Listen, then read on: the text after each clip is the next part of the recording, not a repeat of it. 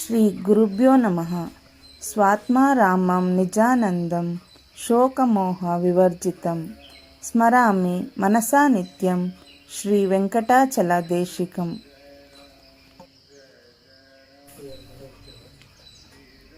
ಗುರುಭ್ಯೋ ನಮಃ. ಎಲ್ಲ ಗುರುಬಂಧುಗಳಿಗೂ ಪ್ರಣಾಮಗಳು. ಇಂದಿನ ಗುರುವಾಣಿಯಲ್ಲಿ ಯಜಮಾನ ಕೊಟ್ಟ ಉಡುಗೆಯನ್ನು ಧರಿಸಬೇಕಾದುದೇ ಗುಲಾಮನ ಧರ್ಮ. ಒಬ್ಬ ರಾಜನಿದ್ದ. ಆ ರಾಜನ ಸೇವೆಗೆಂದು ಒಬ್ಬ ವ್ಯಕ್ತಿಯನ್ನು ಮಂತ್ರಿಗಳು ಆಯ್ಕೆ ಮಾಡಿದ್ದರು. ಆ ವ್ಯಕ್ತಿಯನ್ನು ನೋಡಬಯಸಿದ ರಾಜನೆದುರಿಗೆ ಬಂದು ನಿಂತ ವ್ಯಕ್ತಿ ರಾಜನಿಗೆ ನಮಸ್ಕರಿಸಲು ಆ ವ್ಯಕ್ತಿಯನ್ನು ಕುರಿತು ರಾಜ ನಿನ್ನ ಹೆಸರೇನು ಎಂದು ಕೇಳಲು ಆ ವ್ಯಕ್ತಿ ಗುಲಾಮನಿಗೆ ಯಾವ ಹೆಸರೂ ಇರುವುದಿಲ್ಲ, ಯಾವ ಹೆಸರಿನಿಂದ ಯಜಮಾನ ಕರೆಯುತ್ತಾನೋ ಅದೇ ಅವನ ಹೆಸರು ಎಂದು ಹೇಳಿದ.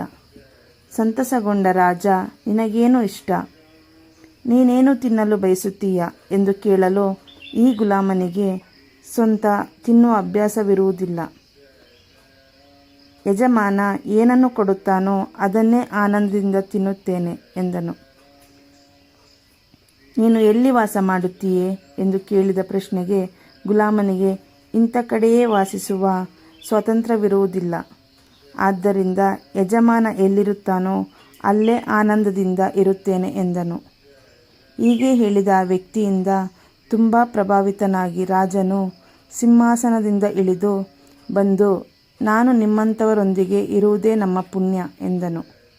ಈ ಕಥೆಯನ್ನು ನಿರೂಪಣೆ ಮಾಡುತ್ತಿರುವಾಗ ಗುರುನಾಥರು ಆ ಸತ್ಪುರುಷರಿಗೆಂದೇ ಒಂದು ಜುಬ್ಬವನ್ನು ಕೊಟ್ಟಾಗ ಅವರು ಆನಂದದಿಂದ ಸ್ವೀಕರಿಸಿ ಯಜಮಾನ ಕೊಟ್ಟ ಉಡುಗೆಯನ್ನು ಧರಿಸಬೇಕಾದುದೇ ಗುಲಾಮನ ಧರ್ಮ ಎಂದು ಧರಿಸಿದಾಗ ಅಲ್ಲಿದ್ದವರ ಕಣ್ಣುಗಳಲ್ಲಿ ಆನಂದ ಬಾಷ್ಪ ಸುರಿಯಿತು.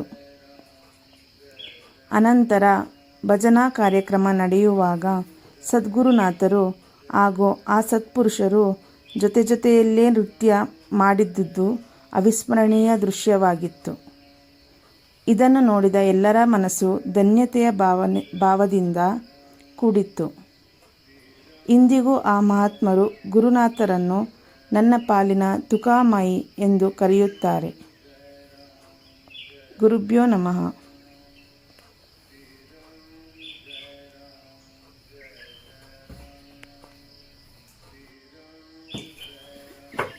ಇಲ್ಲಿರುವುದೇ ಅಲ್ಲಿರುವುದು ಅಲ್ಲವೇ? ಸಕ್ಕರಾಯ ಪಟ್ಟಣಕ್ಕೆ ಹತ್ತಿರವಿದ್ದ ಜಗದ್ಗುರು ಪೀಠದ ಬಗ್ಗೆ ಹಾಗೂ ಅಲ್ಲಿಯ ಪೀಠಾಧಿಪತಿಗಳ ಬಗ್ಗೆಗೂ ಗುರುನಾಥರಿಗೆ ಅತ್ಯಂತ ಭಕ್ತಿ ಗೌರವ. ಅವರ ಪ್ರತಿಯೊಂದು ಆಗು ಹೋಗುಗಳ ಬಗ್ಗೆ ಗುರುನಾಥರು ಕಾಳಜಿ ವಹಿಸುತ್ತಿದ್ದುದನ್ನು ಕಂಡು ಓರ್ವ ಗುರುಬಂಧುಗಳು, ಗುರುಗಳೇ, ನೀವಿಲ್ಲಿದ್ದುಕೊಂಡೇ ಆ ಪೀಠಾಧೀಶ್ವರರ ಉಸಿರಾಟವನ್ನು ಗಮನಿಸುತ್ತಿರುತ್ತೀರಿ, ನಿಮಗೂ ಆ ಪೀಠಕ್ಕೂ ಏನಾದರೂ ಸಂಬಂಧವಿದೆಯೇ ಎಂದಾಗ ಇಲ್ಲಿರುವುದೇ ಅಲ್ಲಿರುವುದು ಅಲ್ಲವೇ ಎಂದಾಗ ಗುರುಬಂಧು ಆಶ್ಚರ್ಯಚಕಿತರಾದರು. ಗುರುಭ್ಯೋ ನಮಃ.